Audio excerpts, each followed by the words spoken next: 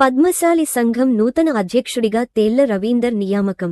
గన్నేరువరం గ్రామ పద్మశాలి సంఘం నూతన కార్యవర్గంను ఆదివారం ఎన్నుకోగా అధ్యక్షుడిగా తేళ్ల రవీందర్ నియామకం కాక గౌరవ అధ్యక్షులుగా తేళ్ల చంద్రశేఖర్, ఉపాధ్యక్షులుగా మచ్చ బాలరాజు, ప్రధాన కార్యదర్శిగా సబ్బని మహేష్, కోశాధికారిగా వడ్నాల అంజయ్య, కార్యదర్శిగా వేముల రవికుమార్, సంయుక్త కార్యదర్శిగా తేళ్ల లక్ష్మణ్, ముఖ్య సలహాదారులుగా తేళ్ల అంజయ్య, వెంగళ కమలాకర్, కార్యవర్గ సభ్యులుగా భీమనాతిని ధర్మయ్య, చిప్ప శోభన్, వేముల లక్ష్మీపతి, బూర లక్ష్మణ్, వేముల రాములు, గాలి చంద్రశేఖర్లను ఎన్నుకున్నారు.